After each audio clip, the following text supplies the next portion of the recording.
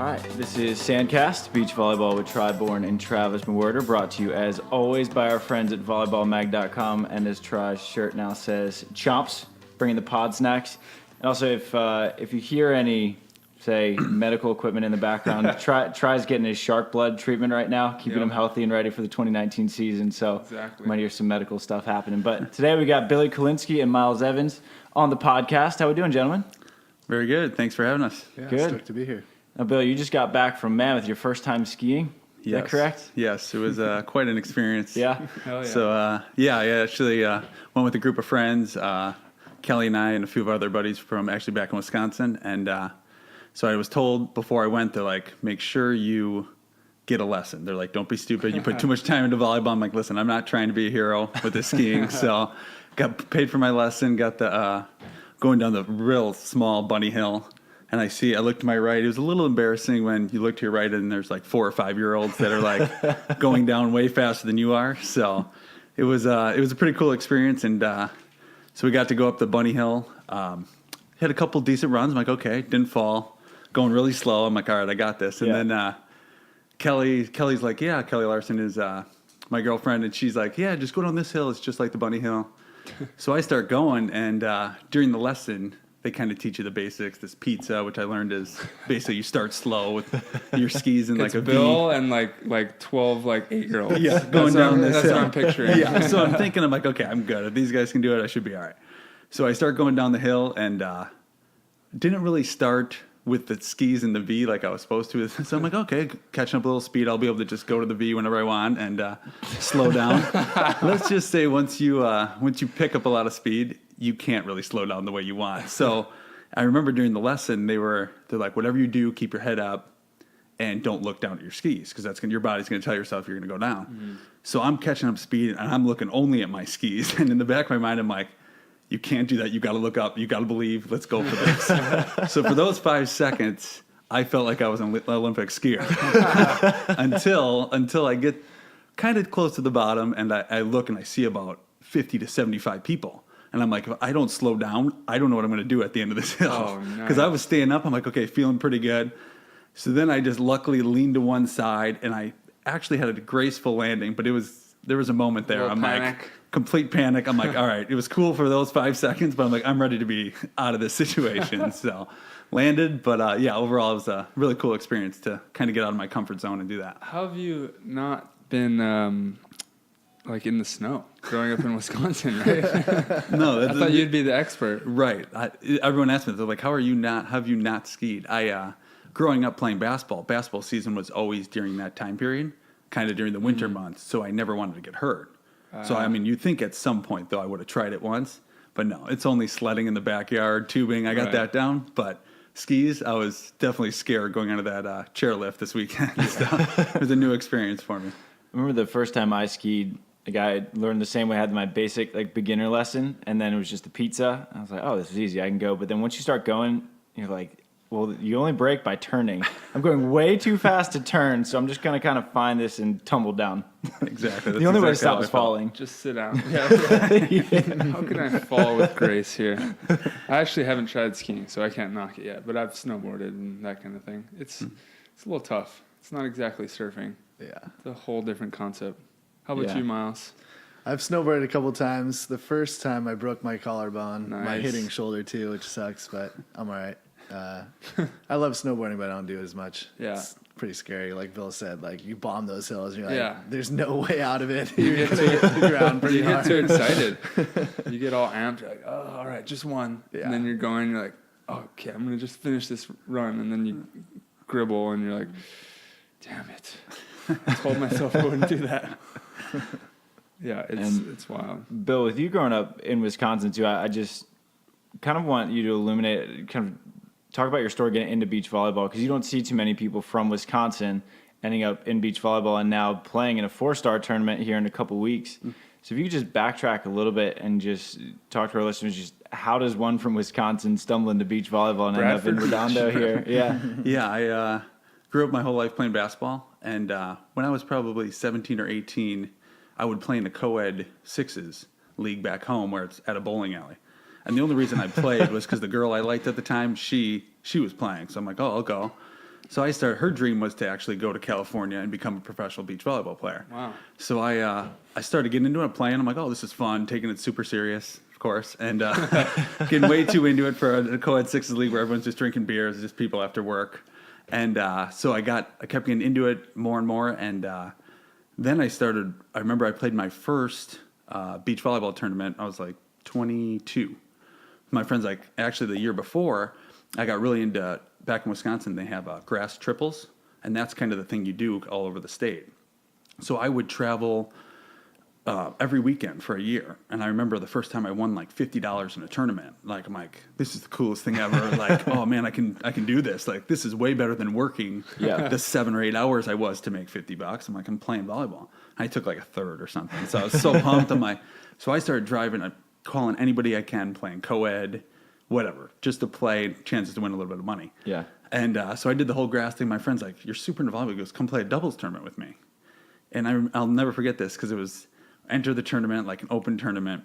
And in Wisconsin, for all these grass tournaments, you would bring like a full cooler full of food for like, you're there all day from 8 till 5 p.m. As long as you're at least there till 1. Yeah. Right. So I go there to Bradford Beach, playing my first tournament, no clue how to play beach volleyball. And tournament started at 8 o'clock, and I was out of the tournament by 9:15. And I lost to 2 guys that were like mid-40s, and it was like 21-10, 21-8. Just got killed. So I'm sitting there with this. I always remember this. I parked my car up at the top of the hill, and I lugged this like 30-pound cooler, and my mom made me half the sandwiches, and I'm ready for a long day. And I remember I lost. I was so pissed. And at like 9:15, I'm like, well, I'm not lugging this thing all the way back up this hill. I go, I'm at least eating a sandwich. So I remember that day I was like, I was so mad. I lugged that thing back to my car. I'm like, I'm figuring out how to play this game. So it was I always remember that moment as like, all right, I got to figure out how to take this game seriously. Either go all in or stop. Yes, or stop, because I was just so mad. And kind of continuing from that, the guy I played with, after he knew how like upset I was, he's like, you love this game more than anybody I know. He's like, you need to talk to Yanni. I'm like, who's Yanni? And Yanni was the guy down at Bradford Beach. I feel like every beach has one. There's just kind of the beach guy that's there. Yeah. And I'm like, which one's Yanni? And I remember he points. He's like, yeah, that guy over there. And he looked like Mr. Miyagi from Karate Kid. He's about mid-70s. He goes, that's the guy you got to talk to about the game. So I was like, okay, I'll go talk to him. So I walk over to him, and I'll never forget because he's like, yeah, I'll teach you how to play. He goes, but I need you to drink a beer. I was like, what do you mean to drink a beer? He's like, go get a beer, chug the whole thing, and then I can start teaching you. And then clean my car. Yeah. I was like, where is this going? And so he went over there, and then he started teaching me how to handset. Later on, I realized that he wanted me just to relax, and he realizes everybody's so tense, so he's like, go drink a beer, and then I'll teach you. Huh.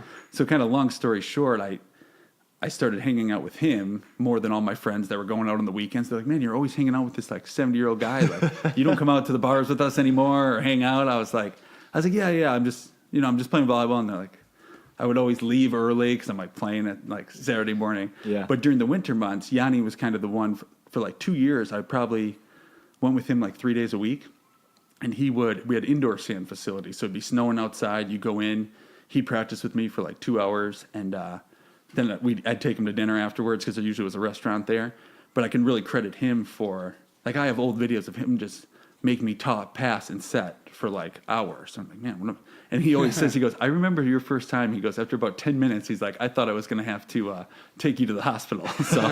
So yeah, I can really credit him because he really took me under my wing. So he was kind of my mentor. And I feel like most players have somebody they look to that has some sort of story that goes along those lines. But it was really cool because a couple years ago, he got to come to the AVP and kind of see me after I moved out here. And he always kind of told me, he's like, you kind of got to get out of here after I started traveling to all the Midwest tournaments. And it's just cool to kind of even call him now to give him my updates. And he definitely was a really inspirational person for me.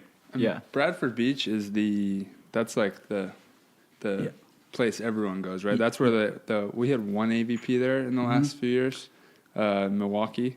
And yeah, it's pretty rad. Like the setup is sick. There's like legit bars on the beach, which I guess that exists in a lot of places except for the places I go. Yeah. Hawaii and California, I don't really. Yeah, that tournament was special for me because that was one just growing up there and thinking about all the training I've done with Yanni on that beach, I was like so excited to play that one. And actually the day or like the week before or something, I didn't have a partner, and I randomly reached David McKenzie's like, hey, you want to play? I was like, yeah. So it was kind of a scramble mode. A good pickup. Very good pickup. And we never practiced together. I remember the day before we practiced before the qualifier, and we got killed. And I'm like, and it was to kind of some local guys. I'm like, I remember going to bed. I'm like, this can't happen. I'm like, I'm qualifying in this tournament. Like I've been training for it all year, and just to qualify and get into that one was really special. To have kind of everybody at the beach that saw me kind of working through the years. So that was definitely a kind of a home court advantage, I guess I would say. So it was a lot of fun. It's funny too. You mentioned that you bring this big cooler that one day, and you're out by 9:15. That was in a way like your first taste of what a qualifier is like. You bring a big cooler, you might get a terrible first round draw, and then you're out. It's Absolutely. like crap. Absolutely. But I mean, you mentioned you remember like your first qualifying experience, but Miles, yours really wasn't all that long ago. It was Huntington of 2016 with Kurt Topple. No, I think believe it was 2014, but 2 years later, I think I tried again. Yeah. And you went to 3, like deep into the third set for all of your matches in that 2016 one. That's right, yeah. And when you make it through, I mean, especially because you had like an awful draw too. You were in the same bracket as Jeremy Casebeer and Derek Olson and Matt Olson and Kevin McCulloch. Yeah. When you see that for a small 16-team draw, were you thinking that, like I'm definitely going to qualify in this one? That's a gnarly bracket. It being my first time qualifying or trying to qualify, I was like, I knew I had a really good partner and I had a good shot, but I knew that it was going to be a tough road no matter what, and anything can happen in a qualifier. So, yeah, it was. And the first match was like 20-18 in the third set, and he's like, "This is going to be a rough day." Kurt, dude, I thought you were supposed to block everything. And I mean, how have you seen your game progress since then? Because at this point, you guys are you're out of the country quota for 4 stars. Like as individuals and a team, you guys have made a lot of progress. So what have you seen in your game that has stepped up in these past couple years? Just the commitment to the game, honestly. Just seeing how much time you have to put into it. Getting a lot of knowledge from Bill and other people, mentors, coaches, and I think the biggest parts were believing that I could do it and that I could pursue this and that it could be a reality, and finding the right people along the way to help me get there was, I think, the most important things to get me there. How did you guys end up forming a partnership? I know you played in a Norseca or 2. How did you go about kind of sealing the deal that, yep, we're going to go for this? Miles, you're going to have that commitment to the game that you've been missing. How did that kind of happen? Well, Miles would probably say after he beat me in Seaside, he says that's when I knew it was the moment. He likes to remind me about that one. So when him and Marty beat Avery and I in the semis, he says that was the one that really switched me to believe that he could do it. But the real story is, so actually it kind of happened when, I was definitely lucky that for the opportunity that he actually didn't qualify in the first event, because I kind of talked to him about, he reached out to me after that tournament saying he was kind of playing with multiple partners. And he's like, hey, do you want to play? And I kind of told him the story that I didn't happen to sign the AVP contract, and I was just kind of choosing to go down this route. And I'm like, if you want to do this, then we're going to kind of go a little different route than others. And definitely I was happy enough when he's like, yeah, I'm in. Because honestly, at that point, there wasn't many people that, even for myself, to choose with everybody else signing, that signed the contract. And it was awesome to have his commitment and him kind of believing in it and being like, hey, this is what I see and what we can do. So I've always kind of believed in our team and definitely believed in him as a player because I've seen him play for the couple years before that. So I felt like we get a coach and kind of do this the right way, we'll definitely be headed in the right direction. Yeah. And making that decision not to sign the contract, not an easy one, especially because, opportunities to make money in beach volleyball are few and far between. And then, when you have to go international, the investment you have to make to get that return is even more difficult. How tough was it to make that decision, and what were the factors that kind of sold you as, yes, this is what I want to do? For me, I think it was, since I moved out here about 6 years ago, I've had the right partners. I feel like the people that have kind of helped me get to a point where I believe in myself. I think that was kind of the biggest thing. When I first came out here, Adam Roberts, I got to play a season with him, and for those of you that don't really know him that well, that guy is so detail oriented about everything. And at that point, I was just like, sure, we're going here. We're going. I just wanted to play volleyball. Yeah, we had A-Rob on the podcast. So oh, yeah, you did. If okay. you don't know who he is, scroll back and go listen to his after. Yeah, he definitely. He's just such a competitor. Everything's competitive with him, and he's just got a plan for everything. And at that time in my life, I really didn't have a plan for anything. So I was just like going with the flow. So to get to play with him really opened my eyes on how to be a professional, and then getting the opportunity to play with Casey Jennings, who really gave me so much of his competitiveness and like knowledge. And I think sometimes even like practicing with guys like Paul Baxter and some other guys that I got to thinking about partners, trying to figure it out.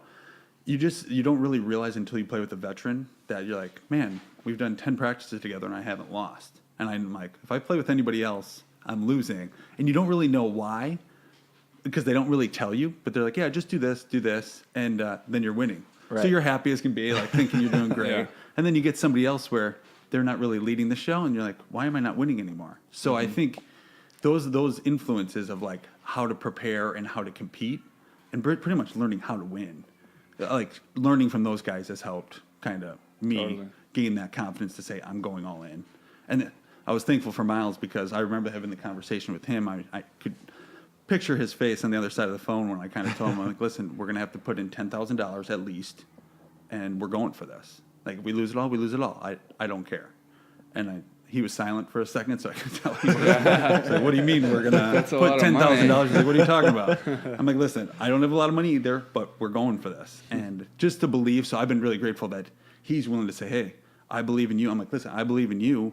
Let's go and see what happens. And now we're kind of moving our way up and having some good finishes, some close matches at the end of last season with some really good teams. So I'm excited for this upcoming year. Do you guys think that you guys have exceeded your own expectations? Because, I mean, I think from the outside, it's pretty clear that you guys have exceeded other people and other teams' expectations. How is it compared to what you guys were expecting for yourselves? I guess initially, when we started playing the FIVB, I didn't have like a ton of expectations, just kind of played and got to see where we were in the world. And at first, it felt good to have some results and to take second place in the first or the 1-star.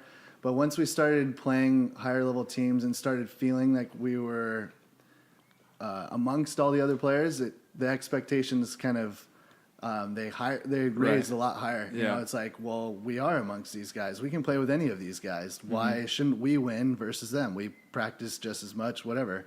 So I think at first we're like, oh, all these guys are amazing, and now we're like, oh, we can compete with these guys for sure. It seems like you guys have done it the right way. I mean, every successful team seems like they've gone through every step and mastered each step, along the way, like all the way from like what you did with Mr. Miyagi and Bradford Beach. You put in the reps there and had that commitment, and then you guys have done well on made it through the qualifiers, made it through. Now you guys established yourselves on the domestic tour, and then Norseca's, and now 1-stars, and you're going each step of the way, and the bar just keeps raising. But I think that's what the best teams do, is they just keep raising the bar. They never really expect it to reach their goal, Yeah.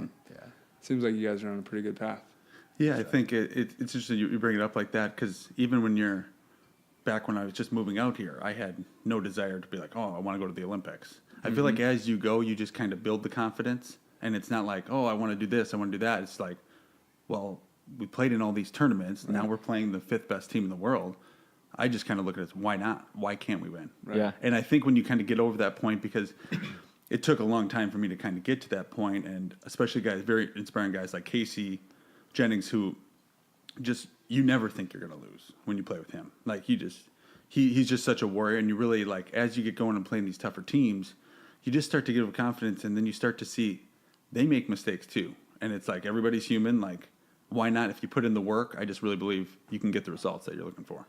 Yeah, I think anyone can say that their goals are, let's say, Olympics or World Championships or best team in the world. but you have to earn these goals. Like you have to earn it to be able to make that your goal. Anyone can say it. Like, I want to go to the Olympics one day. Great. Like, are you going to, is that possible? Yeah. So yeah, the fact that you can actually, you guys have earned the right to say that that's your goal now, or I don't know what, if you're actually saying that yet, but even with, like you say, like with the goals, like kind of how you go about it. Like I always talk to Miles about, like for me personally, my goal isn't like the Olympics. So I just kind of break it down into, I just want to get better. Because I really, through my years of playing, I hate the point when you feel like you're stagnant and you're just kind of in the same spot. If I always feel like, oh, I'm improving a little bit, wherever that takes me, I'm fine with that. So it's not like, I kind of got away from goals because it's like, you set yourself up for something like, I just want to keep getting better and do everything I can. And that's the way I look at it. And if I'm winning, I'm winning. If I'm losing, then I'm going to make a change and figure something else out. So yeah, it's definitely been cool that he's been willing to take the risk and go to 1-stars, qualifiers, and go through every baby step along the way. And it's cool. Then I'll be like, for our first time in a couple weeks, to be in the main draw for a 4-star. So and definitely what about, exciting. And you're talking about the Hague? Yeah. Right? So you guys are going out to the Hague. What other U.S. teams are going? Casey Patterson and Chase Budinger. And then Theo and Reed Pretty. Yep. And then I think there was a country quota today with Zahn and Case Beer won. They beat won, Avery and 21-19, 27-25. Oh, wow. Beat Avery and Ed Ratledge. Okay. So yeah, so those then are our Jeremy. teams. Yeah, those are our teams. Okay. Do you know if you? Oh, is there one more? No, I think that's it. The three of us. Yeah, the three of us, and then that would be the fourth. Okay. Billy and Stafford? They dropped out. Yeah, They dropped. They Okay. dropped out. So Do you know if you're in the qualifier or if you're straight through? Or is that... we're in the main draw for that one. Hey, Yeah. all right. Definitely happy about that. Last year we had to qualify for this one. When we qualified, we were like, yeah, we're in a 4-star. Yeah. Yeah, that's a really good feeling, going out there knowing that even if you lose the first one, like, you'll still be all right. Yeah, or you have another chance, Yeah. And you're guaranteed money. Yeah, that's always nice. To somewhat break even or whatnot. Yeah. How difficult is it? Well, I guess for a few miles, like buying that first plane ticket to, I think your guys' first international qualifier was in the Netherlands last year, a little 1-star out there. Yeah. Was that tough, like making that first plunge and then not knowing, because like in an international qualifier, like you have no idea who could be in a 1-star qualifier, because like a team from Cuba could come out of nowhere with no points and like, oh, you're playing a team that's in the quarterfinal in the Olympics. Yeah, let's just say you don't want to see that $800 bill on your credit card. You're like, oh wait, I don't actually have any money right now. If I lose, this is now in the negative. Sweet. So yeah, it's pretty intense. The first couple months trying to break in. Now it's nice being in the main draw where you can break even if you lose, but still the goal is to make some money in this sport and keep progressing. So cool. You guys played, was it 13 FIVBs in 2018? Something like that? yeah, I don't know the actual number. Yeah, it was around there. Something around that 13 or area. 14, I'm something sure like that a year overseas, especially Miles, for you, since you never even did a full year domestically, you probably learned a lot of stuff along the way. Have you done just sort of an inventory and a recap of just all the things you've learned and perspectives gained from this year? Yeah, one thing Bill recommends is kind of writing down some of the things you learned this year. And then through the years, you'll have like a book of what you've learned, and like you have the knowledge. So I think that's a really good thing that we can do in the future, and just keep building that knowledge and keep building that knowledge. What were some of the things that you wrote down in your own little book here this year? Just some tendencies of some players, kind of what to do on the road is very crucial, because each spot is different. And you really have to know what to do, what to bring, what to expect. There's just so much that goes into the traveling. It just changes the entire experience. Yeah. And I'm just so curious with each stop, like what specifically, like what were some of the things that you had to bring or do? Just because the only international trip I've taken is to Martinique, and we were at an all-inclusive resort. So like, I was pretty spoiled. So what were some of the things that you saw that like you had to bring or just had to do? I know that with FIVBs, there's like court signups. Was this just like baptism by fire and just learning as you go? All right, I'll start with a story that it's not my favorite story in the world. There's multiple, so we can kind of go back and forth with this. We had a very interesting traveling season. Let's just say that. Yeah, we started with we're very naive, and now we have some experience now. But so we went to France last year for I think our second FIVB, which we didn't end up actually playing. Bill booked the flight, $2,000. Could have probably been about 400, but that's no here nor there. So we go down there, and it's the first time that there's a qualifier for a 1-star, and so they have a 12-page document saying that so on the 6th page there's a players meeting that we need to attend, and there's never been a players meeting for these before. So we missed the players meeting. We tell them like 10 minutes after the players meeting ends that we're there, we're here. We told them a week before that we'd be there, and they don't let us into the tournament. And it was all up to him. He could have done it, and he just decided not to. So we flew all the way out there, didn't have the volleyball experience we were looking for, no. And didn't actually end up playing. Got to go to the Eiffel Tower with Bill. Wasn't really hoping to do that, but yeah. So we ended up talking to the guy who's running the tournament, and he's like, yeah, just call it, or I called FIVB, and he goes, it's up to the promoter to decide if he's going to let us in or not. The promoter called us 10 minutes after the meeting, and I was like, well, can't you just switch the teams online? Like, we're here, like, it's a 1-star qualifier. I mean, we're playing for like $500 if you win this tournament. Right. Like, we went to the one before that in the Netherlands, took second, and we each lost like $1,000. So I'm like, I get it if it's like a 5-star, maybe we missed it, but I'm like, we're at a 1-star. Nobody even really knows this tournament's going on. And so he's like, I talked to the FIVB guy. He said, yeah, if the promoter lets you, then you're good. And the guy didn't. The guy would not budge. And this was the night before. We happened to be staying at a different hotel, so we were actually practicing when that meeting was going on. So when we get the news that we're not going to get in, Miles is so livid. Oh, yeah. And I have a pretty good sense of, like, I'm obviously very frustrated, kind of. And I can handle things pretty well. Like, after about 10 minutes, I'm like, all right. There's no point to sit here and be upset about this the whole time. I don't even know where Miles is. So he's walking around somewhere in this park, pissed off. And I'm like, all right. So I kind of go to him. I'm like, listen, there's no point. We're both upset. I'm like, let's just go. We're here. We spent at least $2,000 to $3,000. I'm like, let's go to Paris. We never know if we're going to get a chance to come back. Nice romantic trip around the world with your partner. Yeah. So we're going. I'll never forget. We're going up the Eiffel Tower, and we're like kind of into it. Like, oh, this is cool to see. We're still bummed the tournament's going on right then. And Miles looks at me. He's like, well, I didn't picture going on the Eiffel Tower with you. I look at him, I'm like, listen, you weren't my first choice either. So yeah, we've had some good travel. And then there was another one where we were going to, I believe it was China. And so we kind of figured out our duties. I kind of set up practices. We realized I was buying 2 expensive flights, so we let Miles take care of that. So then Miles has a couple good trips. Everything's going well. The next one's China. We get to the airport, we're flying like red eye or something. And I go up to get my ticket, and I realize that Miles signed up myself as Bill Kolinske, which, honest mistake, my real name is William. Oh. So the guy at the desk is like, well, if the last 3 digits aren't, or the 3 letters aren't the same, I won't print your ticket because that's not what you have on your passport. So I go, okay, can you get a manager? Because I can't think this is real, because it's just a shortened version. And so I go to every William calls himself Bill. Yeah. So I go to the guy. I go. Camera just turned off. So then I go to the guy and I say, okay, so Rick and Richard. I go, would that be fine? And he goes, yeah, you'd be fine. I go, you just told me the last 3 letters. I go, write that out once. So they didn't like hearing that because it's kind of a smart out. Yeah. But I was like, there's no way this can be true. So it's like midnight, and we gotta get there because we got the qualifier coming up. So I end up going home. I'm like, Miles, you go. At least not both of us mess up this ticket. So I'm like, you go. I'll figure it out. So I had to cancel my like $1,200 ticket. So then I'm up till from probably 6 hours on hold trying to get through this. I ended up being on the phone for like 12 of the next like 14 hours trying to get everything figured out. So eventually I get there. That was another just mess. And we're going to pause real quick for a word from our sponsors who keep the show moving. We are incredibly grateful for all of our sponsors and all of you, the listeners, who keep the show moving and keep moving us forward. Couldn't do it without you. And now it's nuts that how fast the AVP season went by.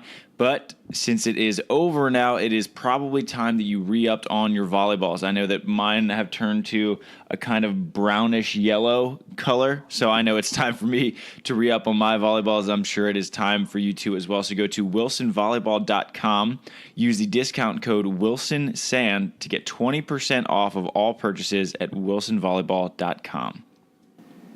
This show is also brought to you, as always, by our guys at volleyballmag.com. They are your daily digital news source for all things volleyball. They got indoor covered. They got beach covered, whether it's from Stad to Hermosa Beach. Ed Chan has the best pictures in the game. Lee Feinswag has the most insightful interviews. Every now and then I contribute something that might be worthless, might be worthwhile reading. I'm not sure, but if you're looking for volleyball news, make sure to go to volleyballmag.com, your daily digital news source for all things volleyball. We would also like to welcome Volley Camp Hermosa as a new sponsor of the show. If you're listening, you've probably heard of Volley Camp Hermosa. It is the place to go to get better at beach volleyball. Whether you are planning a trip to Hermosa Beach, California, the mecca of beach volleyball, or live locally, they have professional coaches to take your game to the next level. For those making the beach volleyball pilgrimage, they offer week-long adult training camps that are the complete beach volleyball experience. If you live locally or you can't join a camp, you can take their weekly classes and or private training. All levels are welcome, from A to AAA to open. Sign up online at www.volleycamphermosa.com. I'll say that one more time, www.volleycamphermosa.com. Or for more information, you can just give them a call. It is 234-PLAY-VCH. Or you can email them. info@volleycamphermosa.com. We will see you guys on the sand.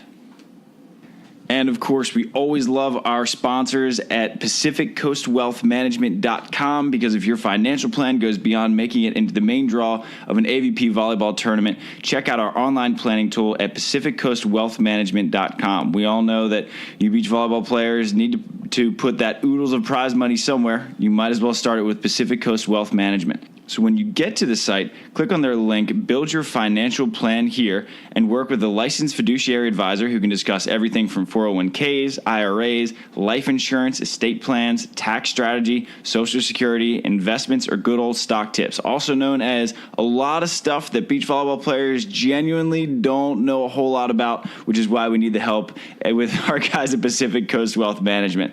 Business owners who need to offer benefits, retirement, or pension plans for their employees, partners, or themselves, you can give them a call too. Or 529 college savings or Roth IRA for your kids. Did you know that you can give $15,000 a year to your kid? I know when I was a kid, I wouldn't have minded that. Start with your favorite volleyball player by connecting with us at Pacific Coast Wealth Management on Instagram, or www.pacificcoastwealthmanagement.com, or you can give them a call, 949-637-7052. Again, that is 949-637-7052. A lot of the listeners of the show are professional athletes, and as we all know, you cannot have enough recovery, which is why the show is also brought to you by our good friends at FireflyRecovery.com. So what Firefly Recovery is, it is a wearable device that simulates blood flow throughout the damaged or sore or afflicted area, say a knee.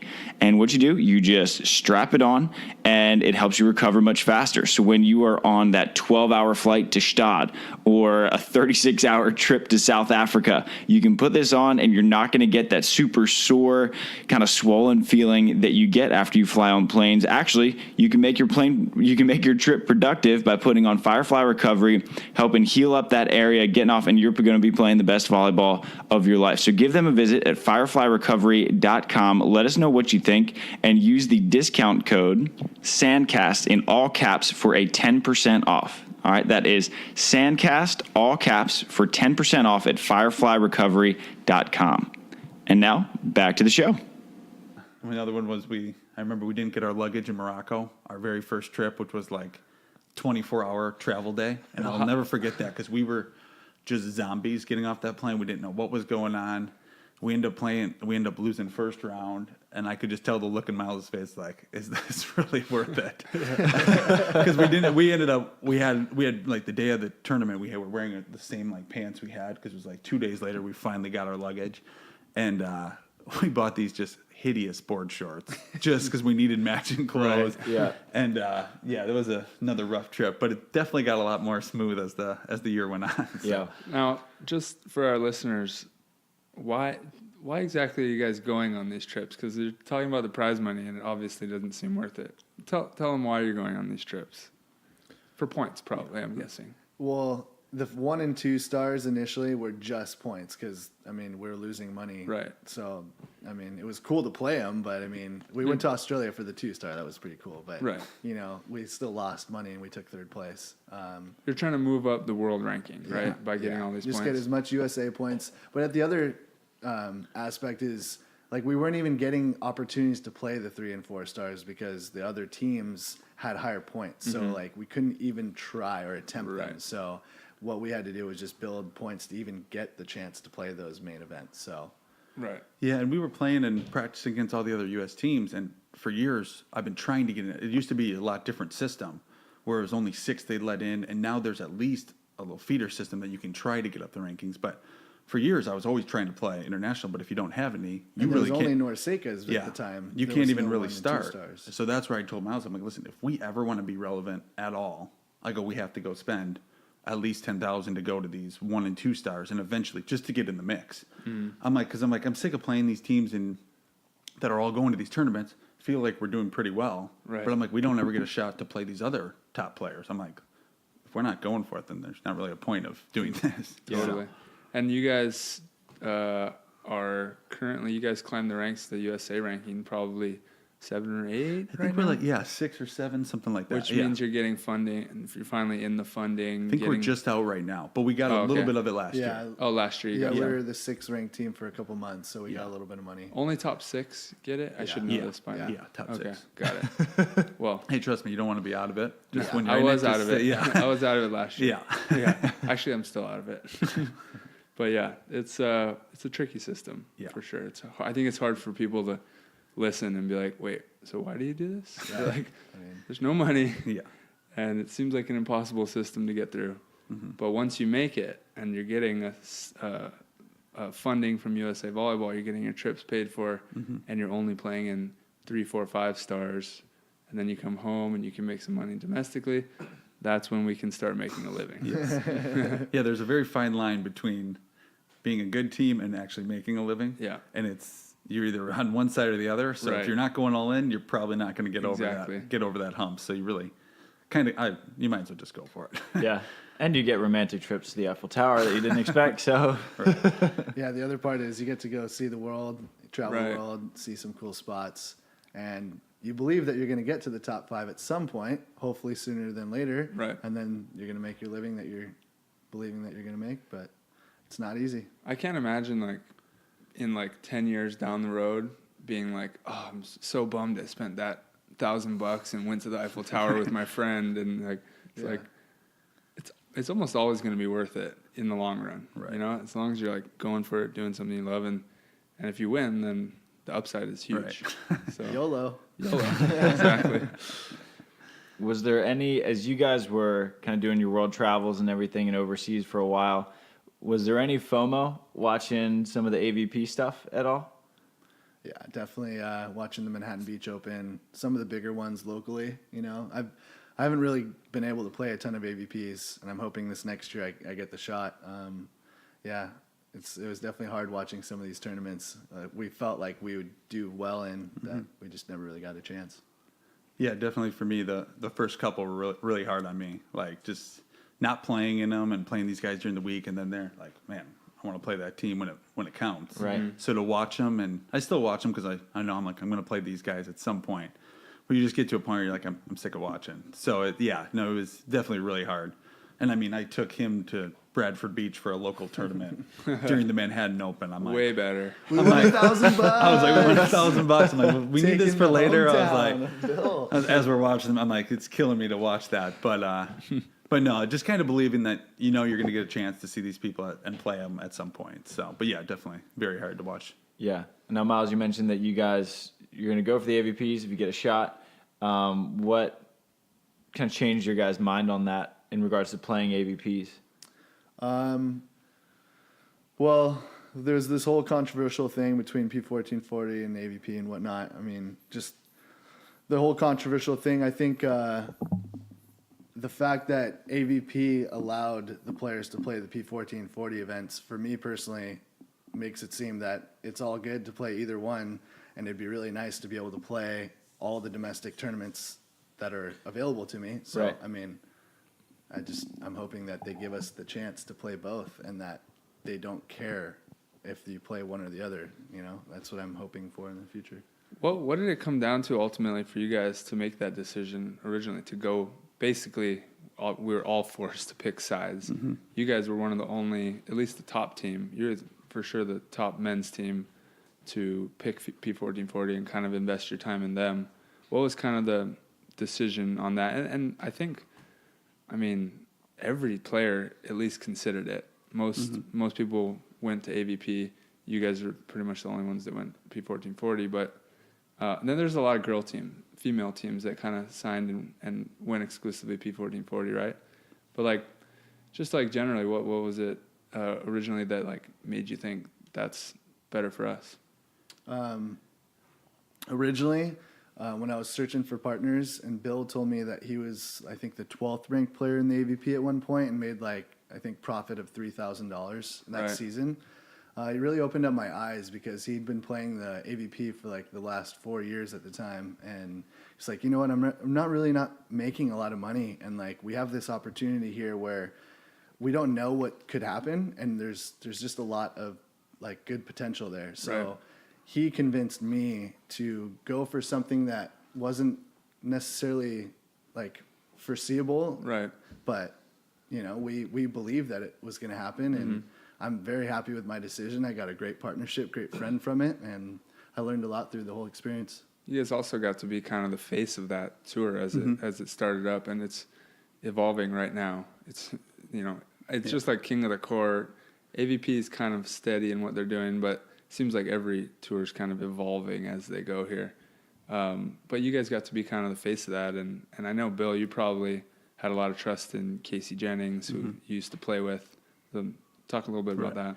Yeah, I think when the whole thing was kind of going down, it definitely was, for me, when all the players were kind of getting together, I learned a lot more about the contract. There was a lawyer, we were learning things about that I didn't know. Okay, this is illegal, this isn't, things that's going on. So I kind of just, to myself, I was like, I was playing the AVP, and I love the AVP. So I love playing their events. They're awesome. It's so great to have family, go to U.S. tournaments, and I've had a great experience with that. But I also kind of looked at, I'm 32 right now. I've been playing the AVP for 5 or 6 years. The first 3 or 4 definitely lost a lot of money, and it's my choice to go for it. If I wanted to make more money, that's one thing I don't want. I'm definitely not complaining about it, because if I wanted to go make money, I'll go make money. I can make more money. It wouldn't be beach volleyball, but I love playing. So this is what I love to do. I've met so many people from this sport. And so when that decision was coming up, I lost so much money kind of through the years with the qualifiers. And then I finally was the 6th ranked team with Casey Jennings, had my best season. And I remember I made $18,000 and I spent $14,000 with coaching, trying to do it right. Because I kind of learned that's the only way to do it. If Phil Dahlhauser needs a coach, then I definitely need a coach. That's how I look at it. Right. So if Phil's got a coach, I better have a coach. Otherwise, I'm way behind. So kind of going for it, and then after you tax the $18,000, you're really still at even. And I just thought, man, for the 6th ranked team, I was proud of my accomplishments moving up, but I'm still even. So then I kind of thought to myself, how many years are you going to kind of keep doing this? Where it's, you know what I mean? And I plan on being to the top, but it's a tough kind of ladder to climb. And I just kind of thought, I said, after learning about the contract, and everyone was kind of believing, and I did wake up the next morning and people called me, they're like, hey, did you know you're the only one that didn't sign? I was like, what? Because from the conversations before, everyone was saying, I was very shocked. And I was like, I made this decision for myself, and I go, I wasn't really I took a chance. I was believing that, hey, I think for all of us, the sport can be so much better. I just believe that. I think AVP tournaments, I'm grateful that those happen. I'm grateful for what they're doing at P1440 right now. And I love the fact that everyone got to play. Like, once I heard that, I'm like, I really hope everybody gets a chance to play. All we're all trying to do, players, and you can be like, oh, you're on this side or this side. I don't think there's really sides. So I just think we're all trying to make a living. It's just the path that you take. Yes, we're all trying to make a living. So if P1440 is offering more tournaments where we can make awesome. And I want everybody to be able to play. I mean, the one in Huntington, KOB, that was awesome. And then they had the other tournament. Everyone's playing for a lot of money. I go, that's great. I go, we don't get those opportunities. You know what I mean? And none of us are really making that much to say, hey, I want to choose to play this tournament. There's a reason we were going to Bradford Beach to make $2,000. Right. I was going there to try to see family. And I was like, thanks, Miles. You can come. You can eat my mom's awesome cooking. Yeah. You'll love it. And we're going to try to make a couple dollars because we're either working to make $1,000 or we're going to go play the game we love. Right. And try to, so I was just really happy to see everybody. And I hope going forward, all the tours, I hope everyone's playing everything. I mean, I think it will raise the level for all of us. Like, my goal is, like, if I don't win a gold medal, then I hope somebody from the U.S. does. And I hope we all can kind of raise the standard for each other. And I think that's what more events and people will be able to commit more to it. Whereas I feel like we're all working 3 or 4 extra jobs, and hopefully we don't have to do that. If we could all commit and spend more time doing recovery, doing the stuff we need to be doing to beat these other countries, then I hope that happens. So, and what was your impression of the couple of P1440 events that have happened? You mentioned Huntington with the KOB. I thought San Jose went really, really well. And then Vegas was kind of P1440, but also 4-star F5EB. So what was your guys' impression of the events that they did put on? Because I know it was a little bit different from what the AVP offers that there's a lot more other stuff happening, too. Mm-hmm. So what did you guys think? I really, really enjoyed the P1440 events so far. The San Jose event was really cool. It was right next to the stadium, the soccer stadium. I really liked the setup. There was just so much to do for the families and so many activities. And I think that the staff that they hired is so excellent. Everyone they offer something. I just think that they have a really good staff and they're doing a really good job. I think that's probably the most common thread of feedback from players is how friendly everyone is at all of the events. Like, everywhere you go, people are asking, like, how is it? What can they do to make it better? That sort of thing. So I love that P1440 was just very open and friendly with everything. San Jose especially. Like, Dave Mays, the CEO, was throwing trash away. He was picking up trash and throwing it away. Like, that's like what you want in a CEO. I thought that was a really cool thing to see.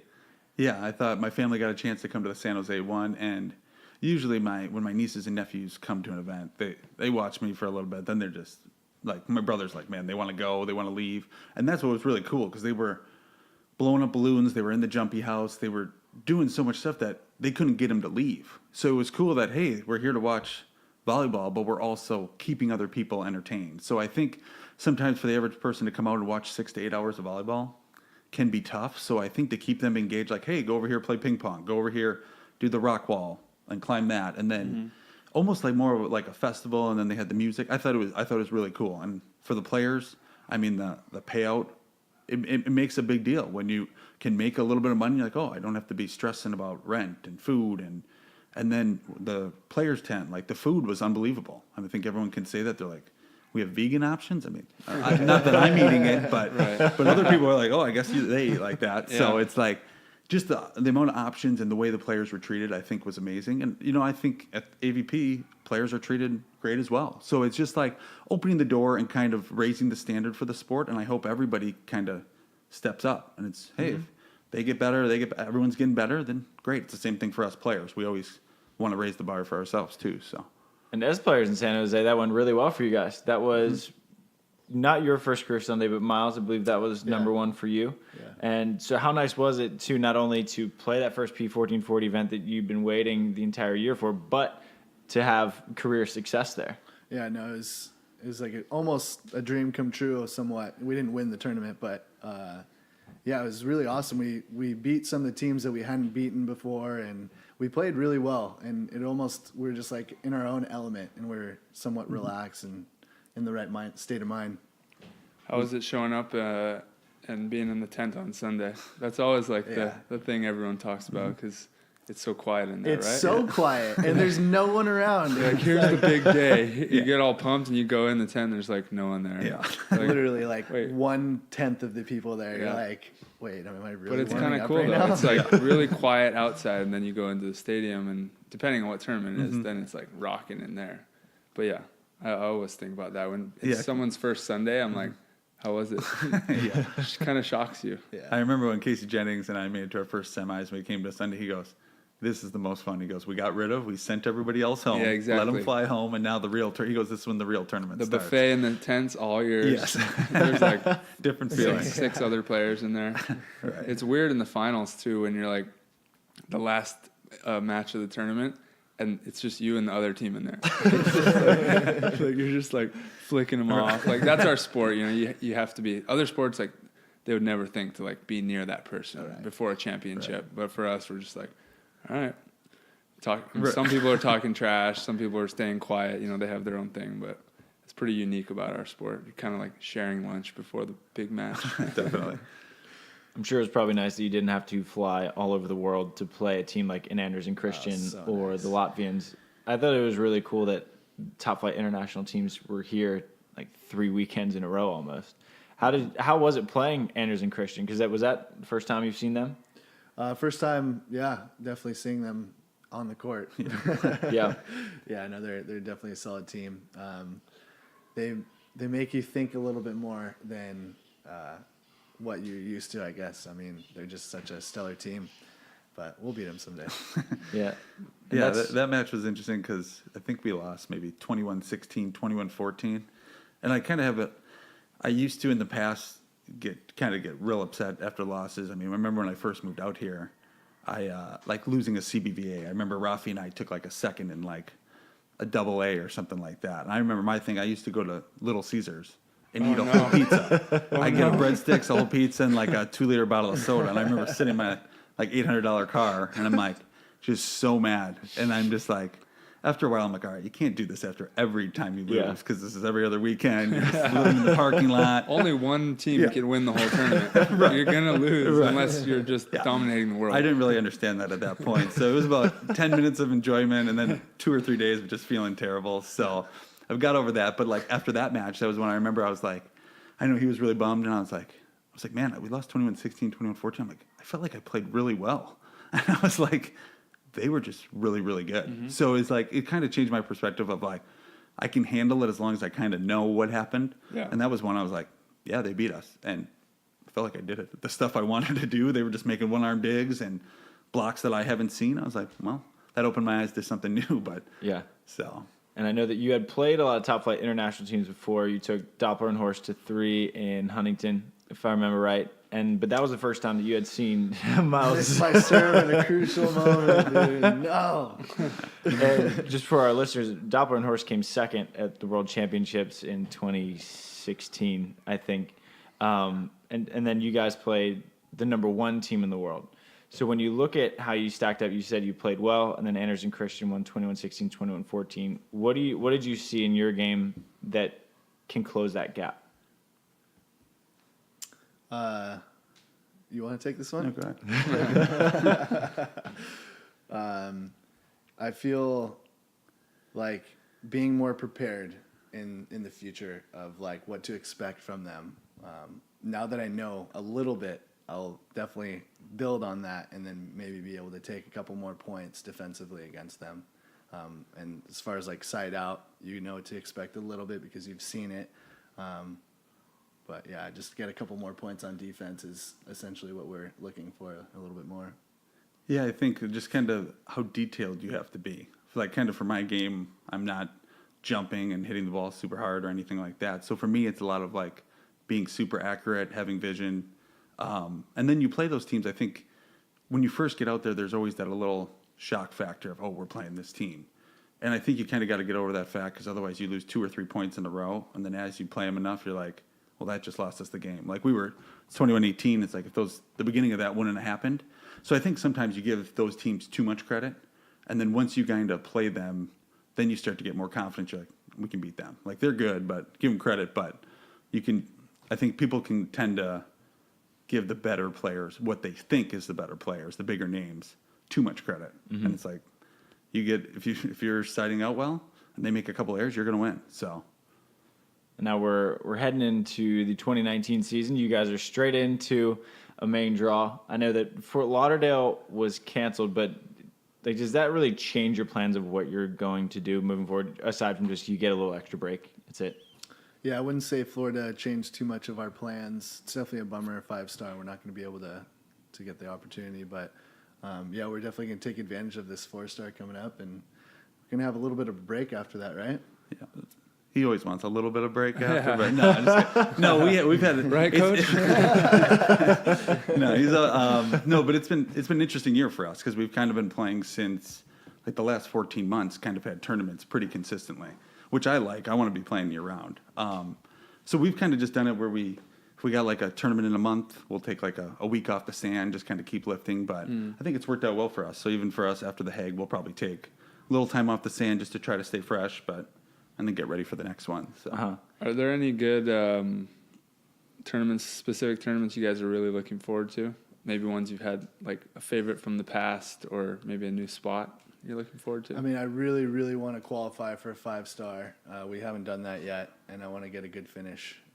So Stade and Vienna. So Stade would be... Vienna was awesome, the crowd. Stade was my first 5-star seeing, like, internationally traveling, and Stade was, like, I want to play Stade for sure. Yeah. Yeah, the whole like going to all these tournaments that you watched other players like put online, like the fans and everything, and it was... Especially Vienna was unbelievable. Those fans, I've never seen anything like that. Yeah. And I was like, I want to get a chance to play in this. Like, there's just nothing like it. Yeah. And yeah, so I'd say Stade or Vienna would be ones you definitely want to do well in. And just even like we went to Lucerne, Switzerland, and that was, some of these places are just unbelievable. And the fans get so into it. It was really cool. I remember I was watching Kelly play her match in Vienna, and I was in the crowd. And I was just filming. They know the dance for every single song out there. And I remember I'm turning around filming.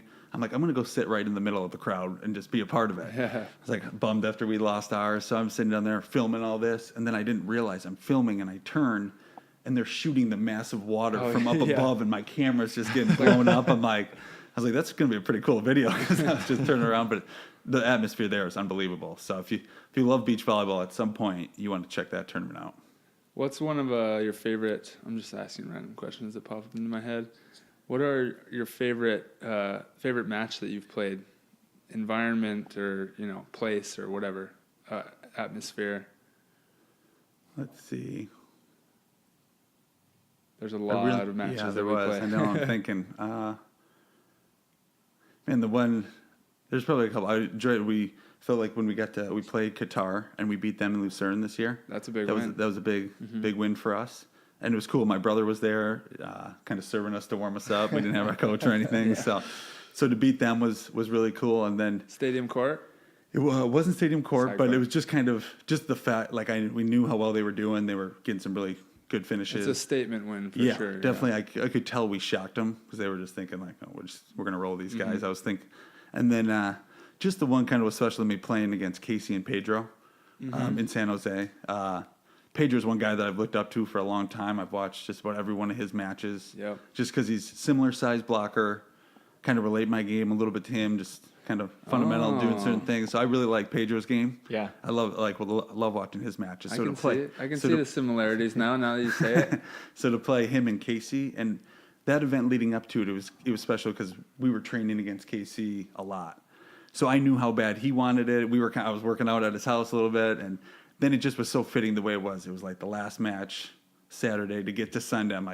I knew we'd play Casey at some point, and he was going through the losers bracket. We were too. After we lost one, we had to win another one to get to him. So it was definitely a cool match, and never beat Pedro. And with Casey, it's always him and I will get into arguing match Tuesday and Thursday down at the beach, like screaming at each other, and we're just competitive, and that's what I love about him. So and Miles is always unsure should I step in, and the coach is like, should we? I'm like.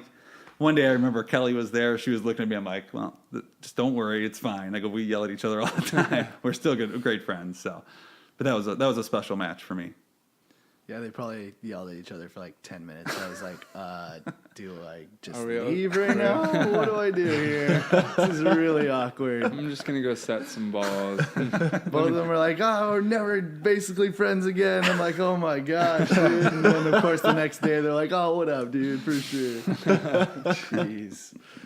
They're great. I would say the Norseca days or the Norseca qualifier days are days that no one knows you're there on the beach. It's like an AVP, and it's like super, super tough. There was one tournament, Bill, no one knows, but Bill was dying. He was literally dying. He was so sick.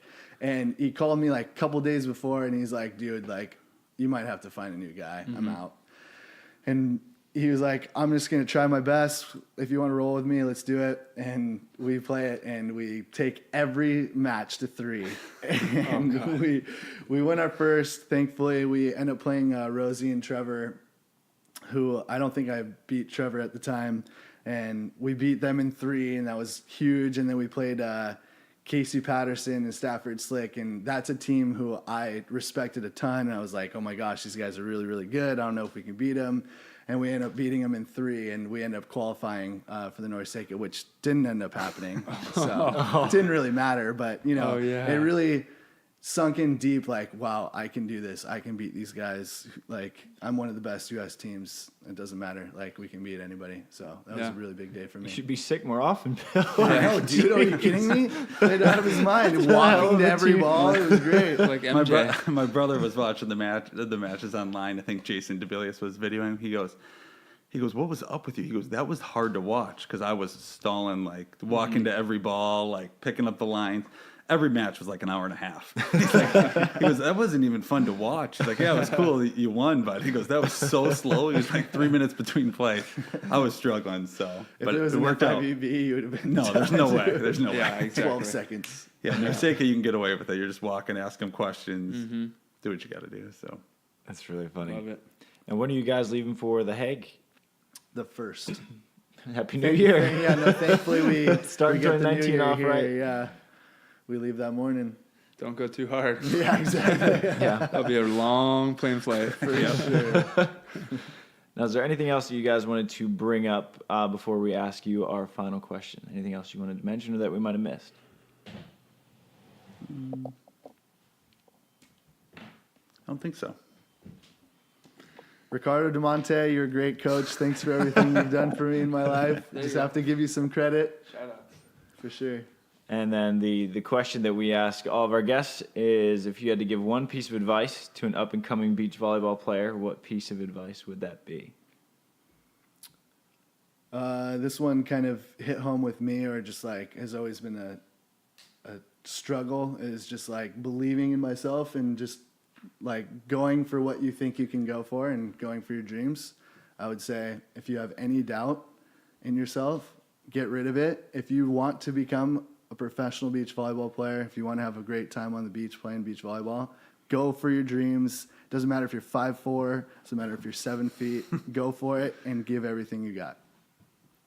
For me, I think it would be just kind of don't get too kind of cocky with where you're at. I think it's always try to learn is kind of my biggest thing. I remember I have old videos from when I first moved out here of like going to a practice with Try and Hayden, and I still have the video of like walking to my car and videoing exactly what Hayden told me because I was bugging him so much. I'm like, at some point, he has to tell me something because I'm like, I'm not going anywhere. So at some point, he's going to give me a little tidbit of something. So I think just realize, like for me, I always realize, okay, that guy's better. Like, what can I learn from them? So I'm always watching and paying a lot close attention to the ones that are, I can admit they're better. But if you kind of start, and then you get to kind of take bits and pieces from them and then create your own game. So I think just be hungry and keep learning. There's always new stuff out there. I like it. Well, gentlemen, good luck in The Hague. We appreciate you guys coming on. Glad we could finally get you on. We've been trying for a while, but you guys have been quite busy. Yeah, thanks for having us. With your international travels, and good luck. We'll be keeping up with you. Thanks a lot. Yeah. Thanks, boys. Shoots. Shoot.